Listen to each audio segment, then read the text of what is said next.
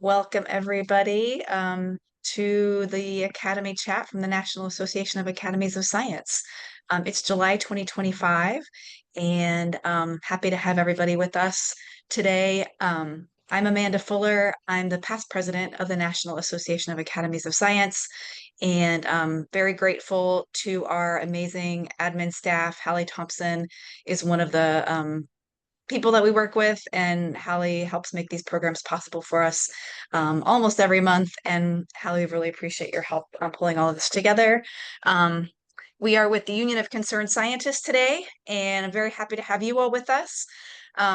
One of my favorite things to do in these programs is introduce all of ourselves.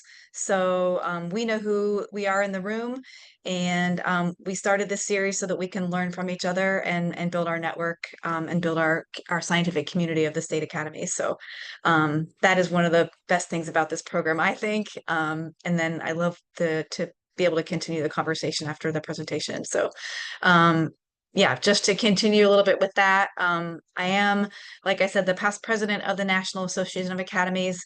I got involved specifically because I love learning from my peers and colleagues and counterparts in other states. I'm the executive director of the Kentucky Academy of Science with 4,000 members.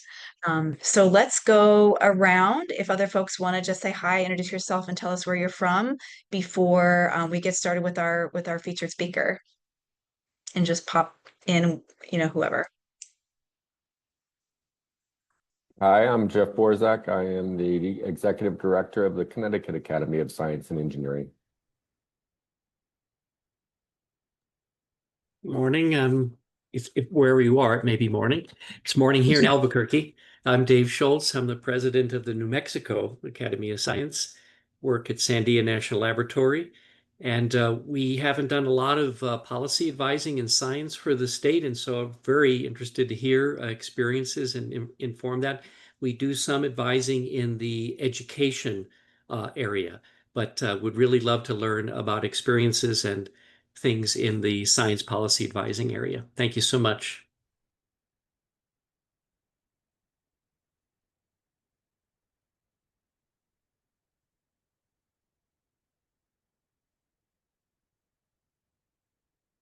Anybody else available to say hi? If Pranav, you want to come off mute, or maybe you're lurking, that's okay too. Feel free to put it in the chat if you can't talk to us right now. That's okay. Before we get started, I do want to mention, there we go. Hi, Pranav, from Georgia Tech, working in Texas. All right. Well, thanks. Thanks for joining us. Before we get started, I do want to do a quick plug for our next event, which is kind of unusually happening yet again at the end of July. We have a program on Wednesday, July 30th at 3 o'clock Eastern with Sigma Xi. So we have two of our wonderful partner organizations within 1 week here. So we're excited to hear from UCF today and then hear from Sigma Xi next week. So join us for that. We will be talking a little bit about policy again. So if you're interested in that topic, I encourage you to join us. We do record all of these, and the link that I put in the chat just now is where you can find information about our upcoming programs and all the recordings from the past programs. So I will definitely encourage you to go check that out. Any other notes or materials we have, and links to the slides will be there too. And thank you, Hallie. Yes. For putting that link in there to register. I don't think there's anything else that I have to say before introducing our speakers. Let me just check here. Okay, we're good. So then I will introduce Melissa Varga and Taylor Pendergrass from the Union of Concerned Scientists. These are folks with all kinds of expertise and experience in talking to policymakers about science. We are so thankful for your leadership in at the national level, and we're really excited to learn from you some best practices, takeaways, experiences that might help us at the state level, because of course, as we know, so much science policy is coming to the state level. And I'm glad that our academy leaders are really getting up to speed and learning how to be ready for that when it comes to us. So thank you so much. I will let you all introduce yourselves as well, so that I make sure we know who you are. And appreciate you being with us today. Yeah, thanks so much for having us. We're excited to be here. I'm going to try to share some slides with you all. As Amanda said, I'm Melissa Varga. I manage the Science Network at the Union of Concerned Scientists. That's our network of scientists and technical experts around the country who are interested in getting involved in the policy advocacy work that UCS does. I've been with UCS for a little over 12 years now, managing their network, and I also help build partnerships with other science organizations like scientific societies and science nonprofits, because I believe we're stronger when we are coming together around common cause, especially in these times. And I will hand it over to Taylor so he can introduce himself as well. Good morning, everyone. Thank you so much for having Melissa and I today. We're thrilled to be talking with scientists everywhere and anywhere about the state and prospects of science policy advocacy right now. So really grateful to be here. Dave, I'm just north of you in Denver, Colorado. So waving down south to Albuquerque. I hope you're having a good morning down there.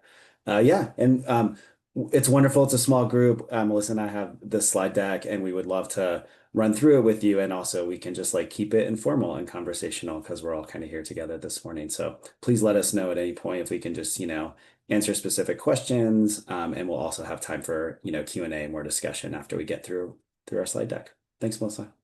Totally. If there's something burning that's coming up, feel free to interrupt us. It's a little hard for me to see the chat while I'm sharing slides, but I am going to break halfway through, and then of course we'll leave plenty of time for conversation at the end.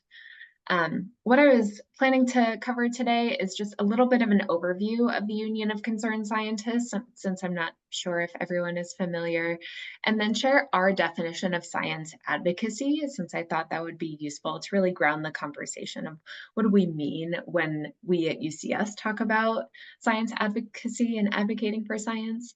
And then Taylor's going to talk about what some of our strategies look like in this moment right now, both at the federal and the state level. And then, of course, I want to talk about ways that we could collaborate and ways you could get involved. So at the Union of Concerned Scientists, or UCS, as I will certainly shorten it to, we put science to work to build a healthier planet and a safer world. We are a nonpartisan, nonprofit organization. And we really tried to lead with solutions, helping the public and elected officials find the best ways to respond to the issues that our society is facing, whether that's responding to the impacts of climate change, cutting our oil use in half, ramping up renewable energy, reducing the threat from nuclear weapons, building a healthier food system, and so many more issues. We believe that scientific analysis and research, not corporate interference or political calculations, should really be what is guiding government policies. So we work on sort of these 5 different program areas that are on the screen. And we have staff working on those issue areas that include scientists, engineers, economists, and analysts, as well as policy experts and organizers like myself. We try to also bring in and augment our in-house resources and capacity with our Science Network members. As I mentioned at the top, we have around 20,000 scientists and experts across the country who are interested in getting involved in these issues that we work on and advocating for science-based policymaking, as well as our broader base of around 500,000 science supporters around the country. And here's how we think about how we can make an impact on these issues. We are driven by science. We're really, as I mentioned, solutions oriented. So we develop solutions informed by the science we conduct in-house through our research, and developing innovative policy solutions to address, climate change, the risk of nuclear war, sustainable forms of energy and transportation and agriculture. Then we pair that with science-informed policy advocacy at the local, state, and federal level. and hold decision makers accountable for the decisions they make. Then through our science network, we organize experts and engage with the public. And we train up those experts in the public to advocate for science alongside us. And then we build power by working together with partners to pursue our common goals. A lot of times that's, science organizations and maybe even academies of science like yourselves, or it's also inclusive of environmental justice community groups and impacted communities that we're working with on the ground. So at our core, we are a science advocacy organization. We are focused on taking action to create change.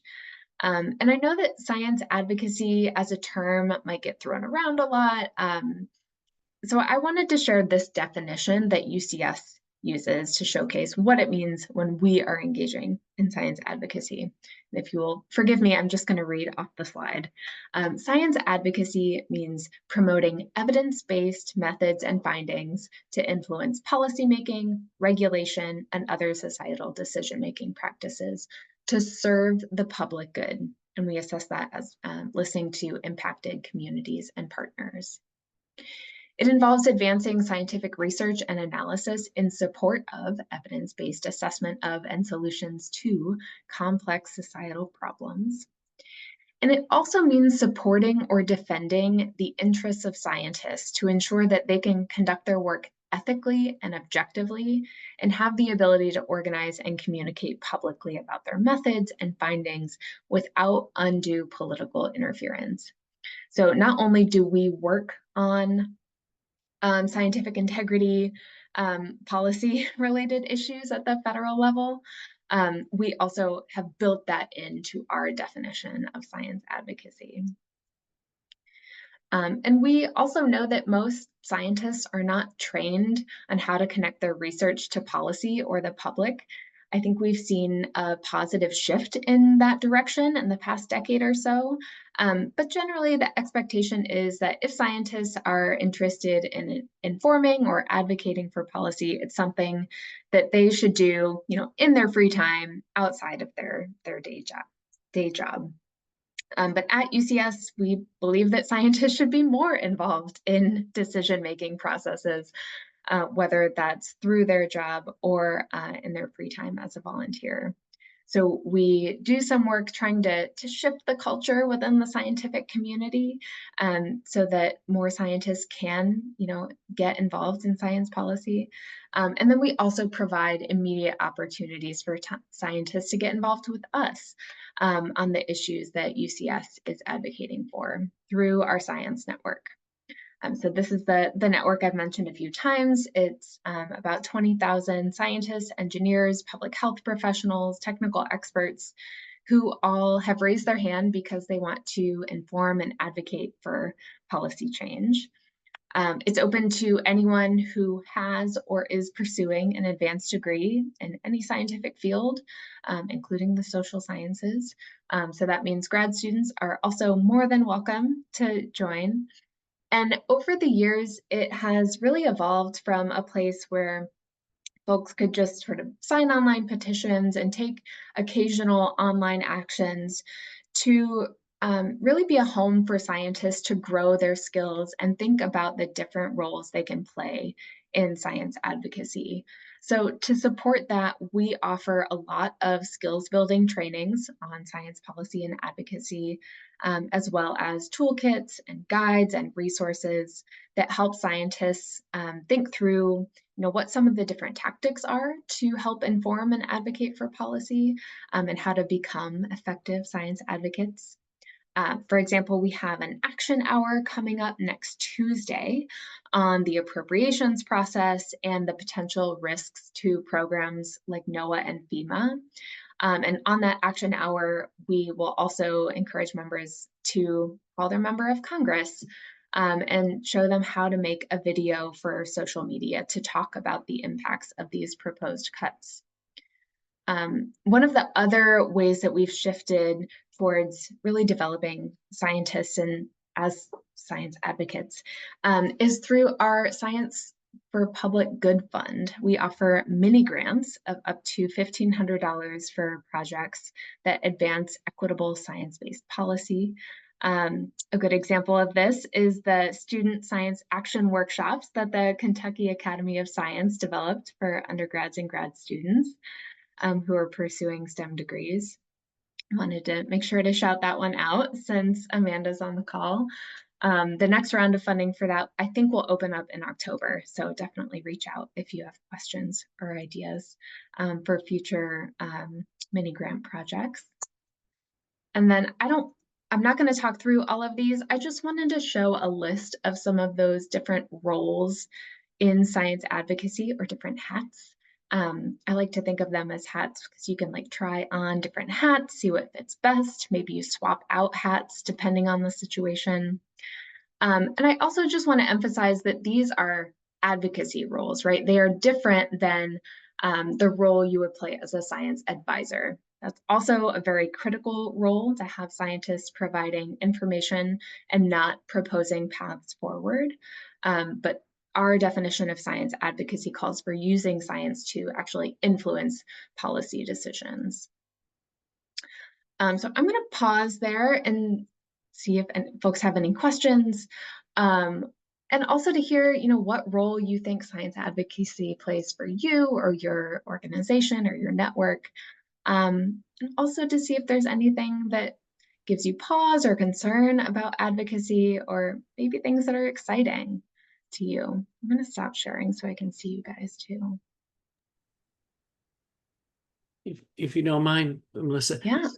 how do you partner?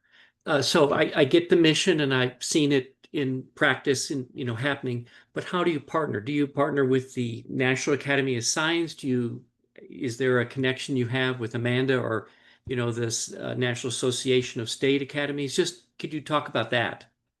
Yeah, we have partnered with the Kentucky Academy through the mini grant that we offered them. So that's one way, offering some grant funding and coaching and support for folks around the country who are organizing their own science policy trainings or events that we can amplify and share with our network. One of the other ways that we often partner with organizations like the National Science Policy Network, or Engineers and Scientists Acting Locally, those are two other sort of science nonprofits, is through trainings and workshops at scientific conferences to help more scientists understand what their role could look like in advocating for policy, and provide more of that skills building training. And I think Taylor will talk about one of the other ways that partnership could play out, which is around some of the federal advocacy that we're doing to push back against attacks on science, and really call on Congress to support federal science funding and protecting science agencies, which unfortunately are under threat. And would love to explore what that could look like more at the state level, because most of the partnerships have been, as I said, either through like conferences around training or at the federal level. But we do some work in New Mexico. I would love to see what it could look like to play out more at the state level. And so you've given me two paths for thought, but it's a chicken and the egg. So the training, and that is great, but I'm trying to see how you get the advocacy started so that the training can benefit it. So just my own thought process triggered from the kind of things you said. And especially if Taylor's going to mention it, I'll shut up and let him do it. But it'd be interesting to see how you're partnering with, one of the societies, the American Physical Society, American Institute of Physics. They're certainly deeply involved in pushback on changes of policies, and maybe you'll, talk about that. Yeah, and we have partnered with groups like AGU on lobby days in the past. For example, like that's a clear opportunity for us to collaborate, especially since I'm in DC. AGU has staff in DC, and they do pretty regular lobby days to introduce scientists to their members of Congress on the Hill. Taylor, do you want to jump in? Yeah, Dave, I was just going to add a third idea too, and really for everyone on the phone who's connected at the state level, one other, in terms of the chicken and egg thing, one of the things that Melissa and our colleagues also offer is like a Science Advocate 101 type of training. And we're really focused in this next year on trying to make sure that we can get into rooms with early career scientists and new career scientists and also scientists of color, um, especially at the state and local level. So if you have relationships with grad students or other associations in New Mexico, for example, this is that type of presentation that's meant to meet folks where they're at, before they've decided if they want to be a science advocate, but kind of introduce the concept and some of the pathways. So one of our colleagues, Tosin, is kind of spearheading a project to get out and deliver that as much as possible as we can to universities and grad students and early career scientists all across the country. So if you've got a connection, if you know someone who's teaching who might be interested in that, please reach out to us and let us know, and we can see if we might be able to get in those rooms too. At minimum, all of the state academies generally have some forms of newsletters, or they have Mhm. certain events that they have during the year. So some way to include a linkage to those things, that's the lowest hanging fruit. Of Love course, it. as you said, Taylor, there might be some relationships that some people would have to make that, but in Mhm. a broader sense, it could be put into these forums as well. Super cool. Thanks, Dave. Thanks.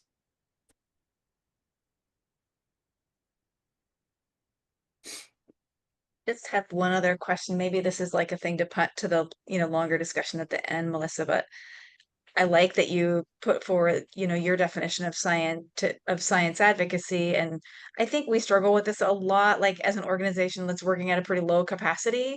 We struggle with like what I love that you all do, which is, present kind of like I wouldn't say like a blue sky, but like a solution, right? Like a policy-based solution. Like this is what we think good policy looks like.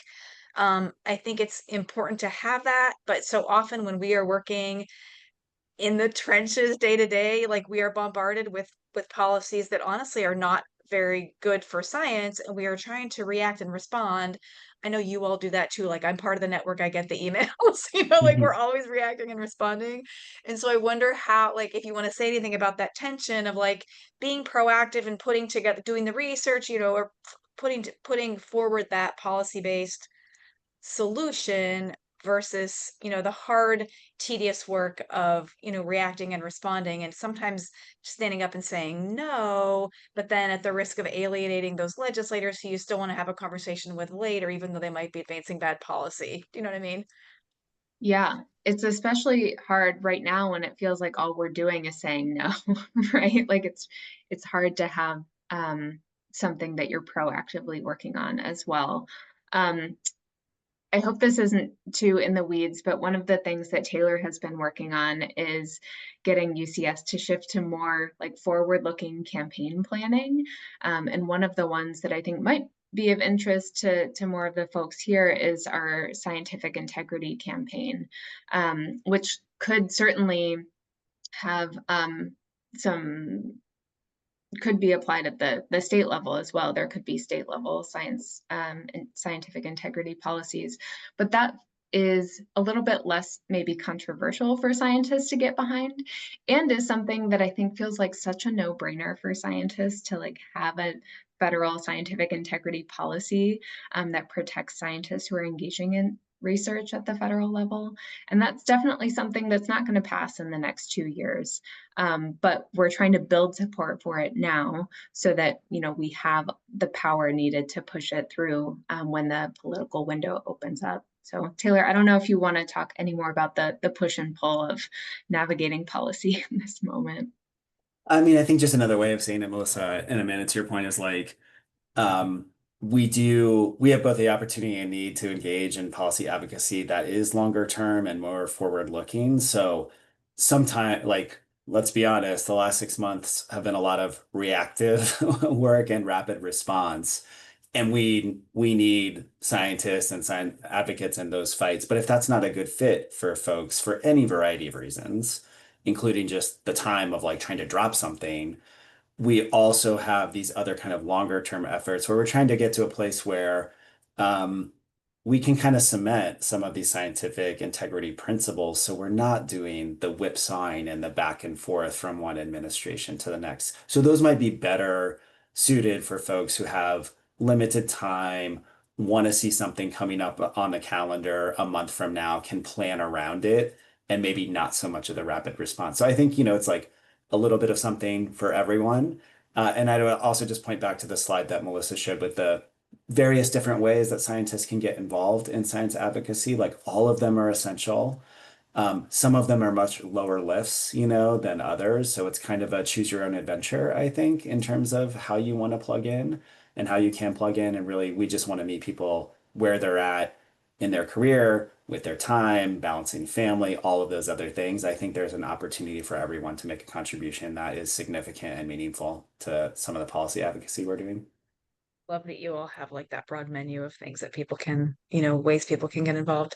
But I do want to say too, I think the scientific integrity issue resonates with folk in my state, at least. Like I think a lot of folks in states, because higher education is getting hammered and people are feeling really squeezed at the state level by state policies that are affecting higher education. So I think, we'd love to talk with you more about what that looks like in states, for a state scientific organization to advocate for protecting scientists and the work that they do.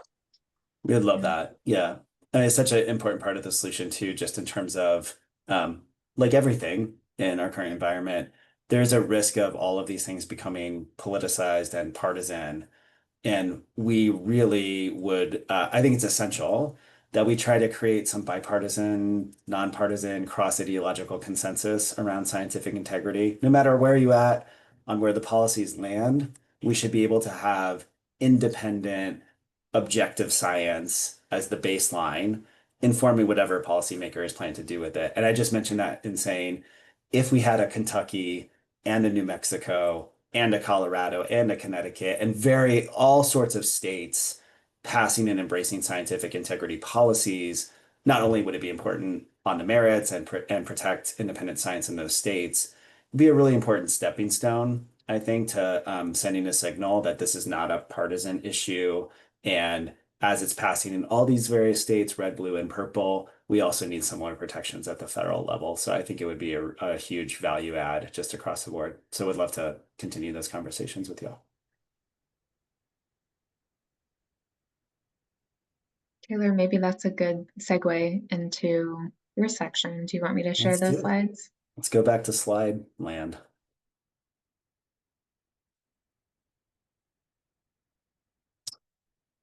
Okay, y'all. So we're in the second half of the presentation. We just wanted to put a little bit more meat on the bone, so to speak, in terms of some of the policy advocacy that is ongoing right now with UCS, and also really just the entire scientific community, right? I mean, this is like much broader than the work that we're holding, and we're doing this in coalition and in partnership with a lot of different organizations across the country. Next slide, Melissa. So one of the first things that we kind of saw a need for at UCS in the last 6 months was kind of sending a clear message about what we at UCS view, at least, as like an almost existential threat to the scientific enterprise, especially at the federal level right now, with the depth and rashness of the cuts that have been happening to scientific funding across the country and also agencies in particular. And we were hoping to create kind of a galvanizing moment and a common message across the scientific ecosystem and just among all supporters of science across America, just both sending a message about how important science is for all of us in our daily lives, and also how important it will be for everyone to speak up kind of with a shared voice and echo a similar message right now about science needing the support and defense of people all across the country, including scientists. And how that culminated is in this short video that we shared on the 100th day of this administration. And this was echoed by scientists and scientific associations and partners like AGU and AAAS and a lot of different channels on day 100. And it's something we still continue to socialize across the country and encourage all of you to share too. So we just wanted to screen this video for y'all so you could kind of see one of the core messages that we at UCS were trying to and are continuing to try to spread through networks and hope we reach federal elected officials in Washington, D.C.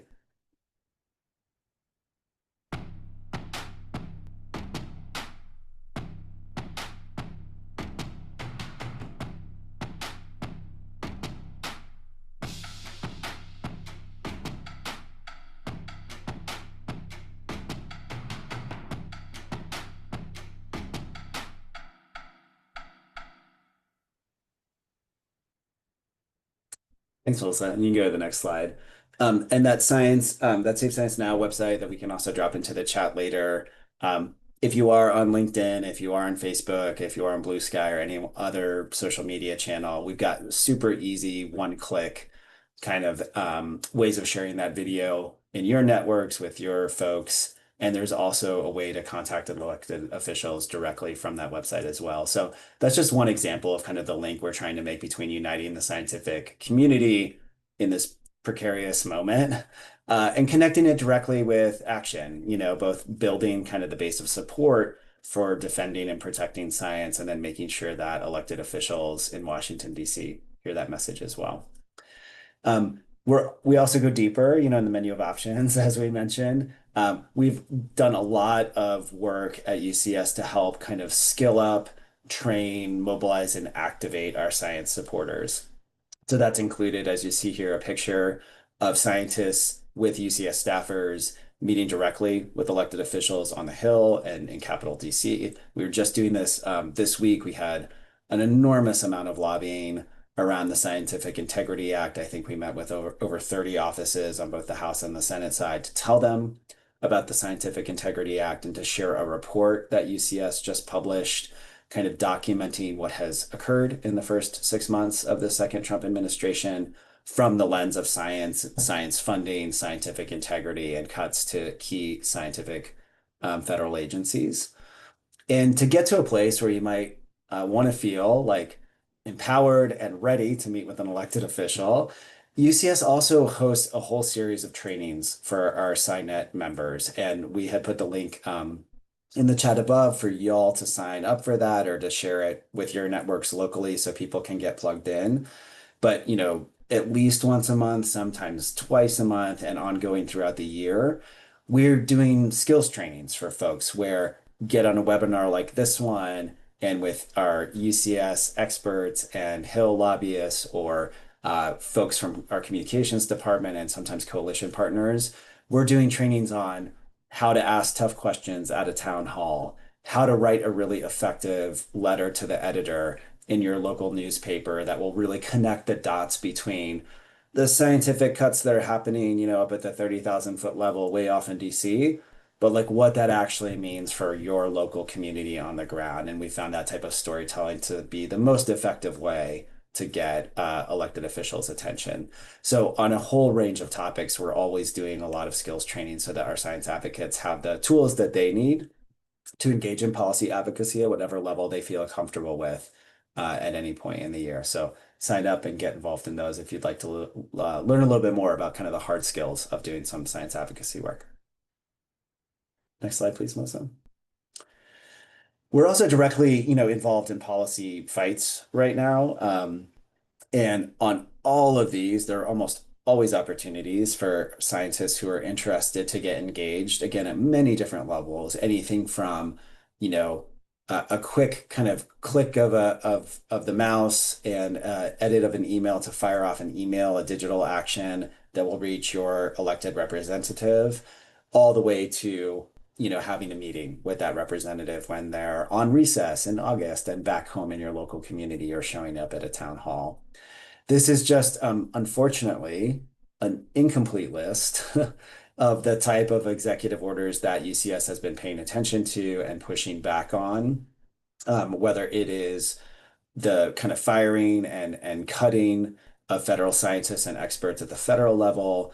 That we had a lot of success over the last 4 years in getting scientific integrity policies implemented by federal agencies. Many of those have been rolled back in the first 100 days of the Trump administration. And then some of the policy issues that Melissa had mentioned earlier are very high on our radar screen for pushback. So we've been doing everything and anything we can do to slow down some of these rollbacks, to reduce the harm of the rollbacks that are occurring, and to set the stage for the re-implementation of these policies when the window of opportunity opens again in the future. And that has been in part just by telling the story about what these policies accomplished and protected, who's going to be harmed by rolling back of them, and how the rollbacks are often contrary to sound science and the evidence that has been put into the federal record, sometimes over decades. We've also been participating in fights in the courts.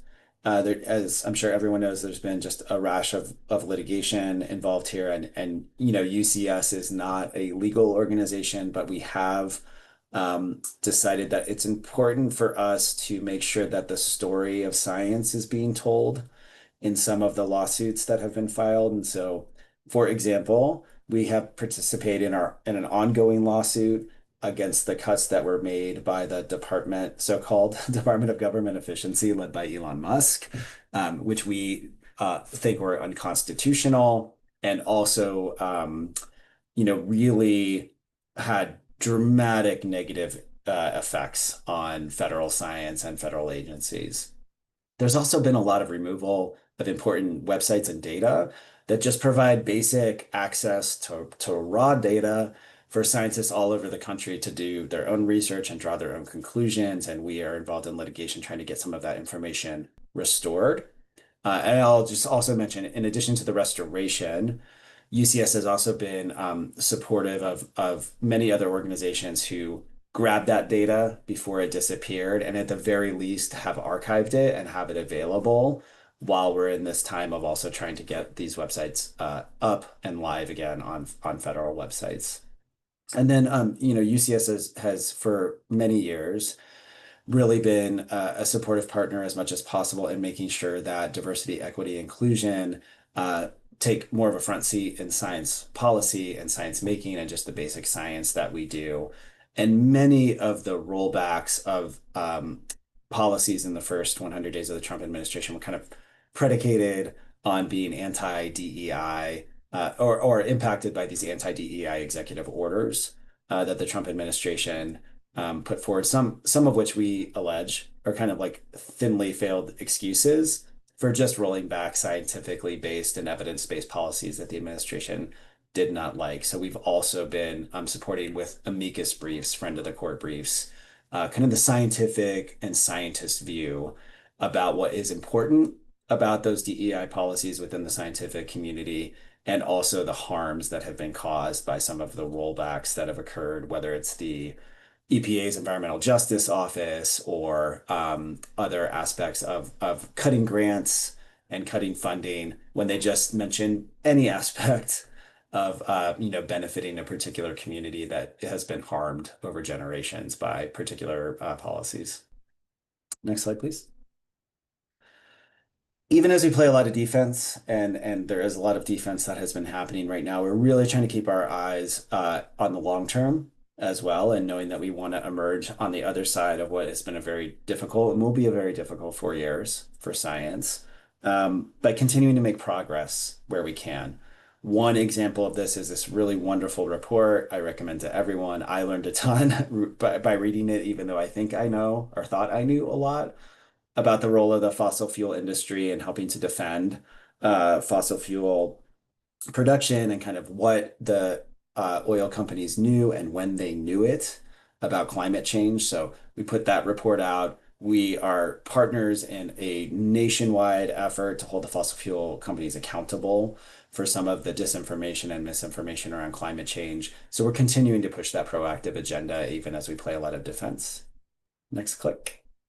And we've got other major projects and programs all over the countries. And the next slide will kind of show you a little bit of a preview of that, where we're staying on the offense, including in our election science work that our Center for Science and Democracy is doing. So we're thinking about and have put forward kind of evidence-based recommendations, for example, on how to design ballots so they're as inclusive and tamper-proof as possible. And we're working in states like North Carolina and Pennsylvania right now to get some of those best practices implemented at the state level so that we are strengthening and protecting election making and democratic processes proactively, even as we do all this other defensive work. Next slide, please. And it's just a little snapshot. One of the places, Amanda, to your point, that we can continue to make progress even while things are quite difficult at the federal level is in the states. So we're involved in a lot of state level advocacy. This is both in the legislature. Oftentimes it's with executive orders from governors, with administrative bodies and regulatory boards. At the states, multi-regional grid operators is another place where we've seen a lot of progress. So even as there are some dark clouds overhead, we are still really making a significant amount of progress at the state level on science-based policy, whether that's scientific integrity and kind of overarching scientific principles, but also on key issue areas like our security program, our climate and energy team, our clean transportation team, our food and environment team, or the democracy work, including what I just highlighted on the previous slide. So there's lots of good news and room for progress still to move things forward at the state level. And I'm sure we all need a little bit of that good news and progress right now. That's it in terms of our formal presentation, just kind of giving folks an overview of where all things are. So we're happy to take more comments, thoughts, questions, ideas for future collaboration. And we're really just thrilled to use the last part of our time here to just chat and be in conversation.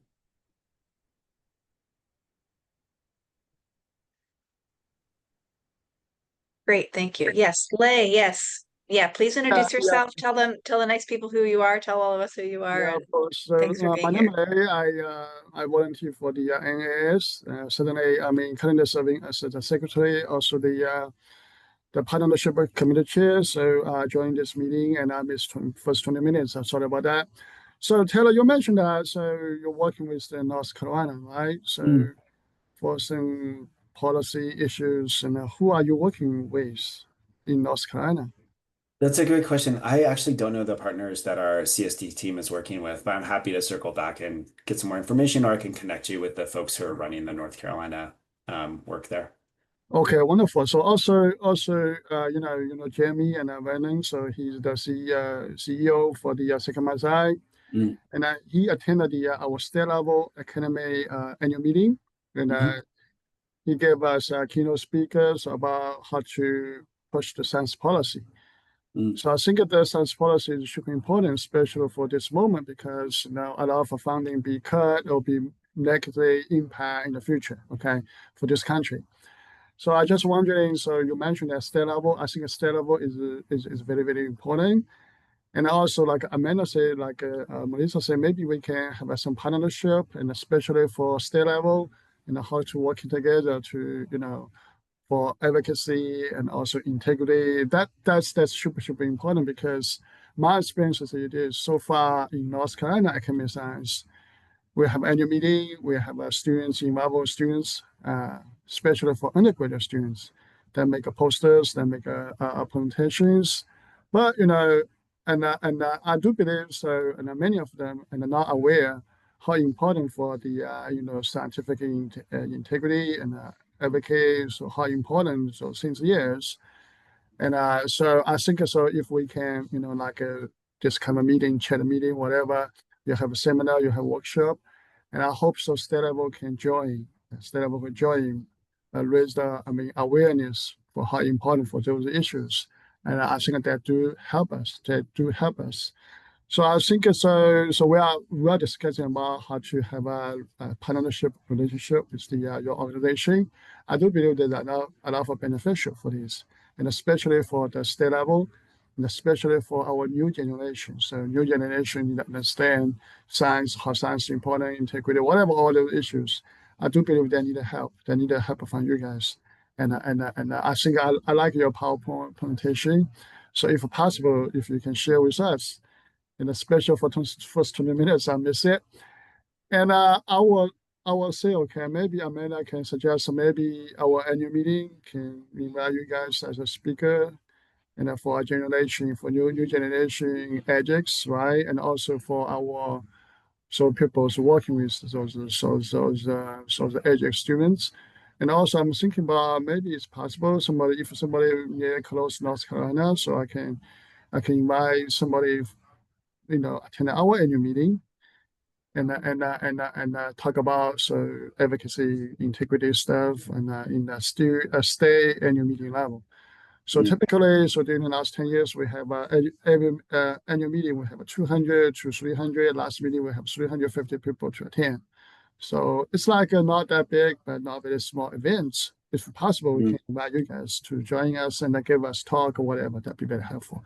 So thank you so much. It's wonderful. It's wonderful. Thank you. Thank you. Thank you so much. Yeah, we would love to make all of those connections. I put my email in here if Okay. we want to be in touch directly. And then, Okay. as Amanda suggested, signing up for the Science Network is really great as well, because then you just kind of automatically get plugged into all of the trainings that we're offering. And I'll talk to my UCS colleagues and see who's doing the most work in North Carolina so we can make those connections as well.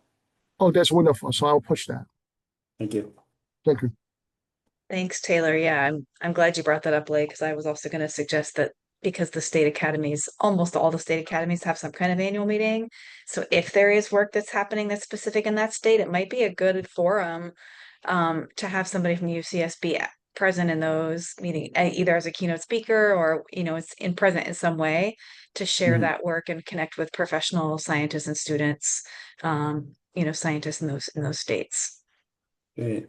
So yeah, And then we if can you help guys, make those connections if you aren't already in touch with those states. yeah, I'd love your guys' quick gut check on, since you all know the state academy so much better, and Dave, New Mexico, and Jeff, Connecticut. Like, is the type of presentation that we just gave, would that be well received at the state academies level? Does it feel too political or policy oriented? Like, just a temp check on like how we might need to moderate what we say, or how can we show up in that space that builds the right bridges, but also doesn't alienate any relationships with the state academies. I Certainly think at the, oh, you go go ahead. ahead. All right. I think Certainly at the I personally, leadership level, I think that would feel too political. I think we take nonpartisan a lot more firmly. We are, this doesn't go for all academies. We are structured much like the national academies, right? And so our goal is to serve the state. And so even though we're a highly democratic state, we do really see, wanting to be open to both viewpoints, and making sure none of them think we're taking a specific viewpoints. I certainly think among membership that wouldn't be as strongly, felt. Big question would be what's the right way for outreach or to communicate that. And I'm new to the role. I've only been in it 6 months. And what I'm really struggling with is what's the right level of communication, right? We need to be careful not to over communicate, because we all know that turns into people shutting off. And so, just trying to figure out what's the right places and right points to bring stuff out. Certainly looking to get some science communication, something or other going for those. My goal right now, we have about 10% of our members. We have 400 members. So, as with the National Academy, ours are elected. So we have 480-ish members. About 10% of them are active. My goal is to get that up to 25%. And certainly when we do that, a lot of that is to get them being able to talk about science in a public space. And so part of that will come along with some education. Thanks, really great perspective. Thanks. yeah, I think I totally, agree with him Jeff, and no passion can attract more people. And actually, in my opinion, science policy, science integrity for everybody. Whatever you affiliate, no affiliate, it doesn't matter. So no partisan maybe can attract more people. So try to avoid, too much politics, and just talk about science to be better. Thank you so much. And just to give you 3 data points, in total, out of Amanda could tell us how many states are active. It's probably close to 40 states have a relatively active academy. Our annual meeting is really for undergraduate and graduate students, and we meet periodically with the State Association of Science Teachers. So it's not an ideal target uh, for that. I know you want to enter early on in people's life cycles so that they can grow, but it wouldn't be very appropriate. And then we also have a mandate to not be political. So my thinking about the connection is more at the communications level so that we could feature news article items or things like that that might link to UCS. So that's not so direct. And then ultimately, yeah, especially with, there are 33 universities and colleges in New Mexico. There are 2 pretty famous national laboratories, but yet we really don't have a reach to all of that currently. And, my ambition is that we have more of that. And when that occurs, then this partnership in the training of advocacy and then maybe partnering in advocacy with the state government, that's more within our mandate to be able to do it. And let me change the word advocacy to advice or, analysis in that direction. So I hope that helps flesh out the picture with the sample of 3 academies here. Yeah, thank you, Dave. Super helpful. For Kentucky, just to give you a little sense of what our annual meeting looks like, we have 700 or so people who come. It is a lot of undergraduates and graduate students, but quite a few, at least a couple hundred faculty, professional scientists are in the mix there too. We are one of the academies that has, been doing like a little bit more on policy. We have some members who are very passionate about that. As you guys know, you gave us the small grant a couple years. It's very member driven. Our policy work is really member driven. And there are people who feel very, very strongly and, want to advocate for this and against that. And we struggle with that tension as far as like presenting information in, like in an advisory way versus advocating for like what we know are good policies. Yeah. When things come through our legislature. So we do some of that. We have had a couple years ago a keynote speaker that was, very policy oriented and I think was well received. Yeah, there's always a little controversy. There are scientists who are always uncomfortable with that. Um, that's just the reality. And so we did get a little bit, like not a loud, negative feedback about it, but there are a couple people who definitely were uncomfortable about that. But we have a mission, as a nonprofit, like it is our mission, to represent the values of scientists in Kentucky. And so we really take that to heart, and that takes a lot of different forms. I always remind people, since this year's 100-year anniversary of Scopes, like in 1925, our Academy wrote an amicus brief on the national case, about the Scopes trial. And so we have a history of that. And it's not going away. Unfortunately, like the same issues are not going away.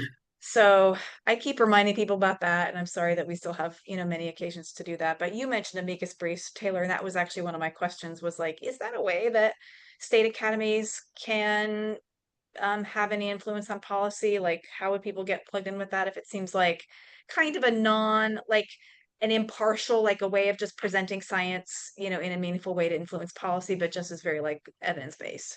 Is that a thing? And Yeah, how totally. would people do that? I think it's a great opportunity. I don't know if I mentioned, Amanda, but I'm a lawyer by training and spent many years at the ACLU before I came to UCS. I think an amicus brief is a really powerful way for voices who don't want to be part of the back and forth in the fight between the parties, right? To still just say, hey, here's what the outcome of this case could mean one way or the other for science, or just to make sure that the court has a science-informed view of what the issue is, especially if that may not be the court interest of the parties. So I think it's a great way to be involved. I think that I'm trying to think of the best way for folks to be plugged into that. Oftentimes, when the cases are moving up to the appellate level or to the United States Supreme Court, the parties in the case might put out a call for amicus briefs, and that's something that UCS has tapped into. We, sometimes get those pings. So if we're all in the same network together, we can keep an eye out for those opportunities coming your way and send them to you as well. And sometimes it can be just as easy as there might be a pro bono law firm that is writing up the amicus brief, and they'll just do an interview with like the academy president, or maybe look at a work, an op-ed or something that someone has written. So it can also be a relatively low lift way. You can have a lawyer do all the writing for you, and then just make sure it's all accurate. So yeah, Yeah, I think that's a good way to plug in. we have a couple lawyers on our, in our network, in our circle, Oh, who I great. would definitely go to and ask about that. But I'm Mhm. also thinking about state level cases, like who would be, like, there isn't anybody tracking that necessarily, and we would, it'd be a little bit harder for us to get plugged in. So Mm. hadn't really been on my radar, but I'm glad you brought that up in your presentation. I'm going to think about it some more. Yeah, I do. And I can help brainstorm on the types of organizations at the state advocacy level that I think would be keeping tabs on that, even though, of course, I'm not an expert on Kentucky. But I will just say +1 to that idea, even more so, because like the bang for your buck that you could get with an amicus brief at the state level is going to be so much more than at the federal level. For example, an average Supreme Court case might have 24 amicus briefs submitted, but if you're weighing in on a case at the Kentucky State Supreme Court, that might be the only amicus brief they see. So they're probably going to read it, and like it's going to make a lot more impact on those decision makers than you might have at the federal level. So really support that idea. I'll also throw out, since science communication has come up a couple of times, we have done several trainings on countering disinformation, which might be of interest to the members of the state academies as a way of like, it's not specifically policy advocacy, but it impacts policy advocacy a lot, as we're all impacted by all of the misinformation on the issues we're working on. And scientists can be such powerful messengers in pushing back, but there are also common traps that they fall into when pushing back against misinformation and disinformation. So that could be another way that we're engaging with more of your members at the state level, is providing them with some of those tools on general science communication, but also specifically like ways to counter disinformation in whatever they're coming up against in the state ecosystem. Yeah, I like that because, a lot of our members, our faculty members, they teach at institutions that are primarily undergraduate, not R1 institutions, right? They're teaching institutions. And I was talking to a friend yesterday who's teaching a class this fall, and she's struggling with AI. Like, that's a whole other can of worms. But countering misinformation is part of what she feels obligated to do as an instructor in higher education. So I think that would resonate with a lot of our members too. Well, we are at the top of the hour. I want to put in like one more plug here at the end. I want to thank very much the Gordon and Betty Moore Foundation, who has made this series possible. They have supported us to do training and capacity building for our state academies, and this is one way that we're doing that. So I want to give a big shout out to them for supporting this Academy Chat. One thing for our academies that are still on the call today, just a reminder that part of that grant that we got from Gordon and Betty Moore is also enabling states to do coaching calls, and those, we have been doing ours with the Kentucky Academy. They're very valuable. Like, it's just a great chance to think through strategy, maybe think more about policy work and how that fits into your work as a state academy. So please sign up for those. There's a link on our website and a link here in the chat for how to get connected with those. And we also have a survey for folks who are still on. Tell us what you thought about the session today. And then if you have suggestions for future sessions, we are always listening for those topics that are of interest to our state academies. Please get in touch with us if there's something that you want to learn about, or if there's something you want to present about. These sessions are for us, and we like to just cultivate that leadership in our state academies in any way we can. So many thanks to Melissa Varga and Taylor Pendergrass from the Union of Concerned Scientists. Thank you so much for being with us. We have lots of opportunities and ideas for following up with you, and look forward to continuing the conversation. Thanks. Thank you Thank so you. much for Thank having you us. all. Thank you.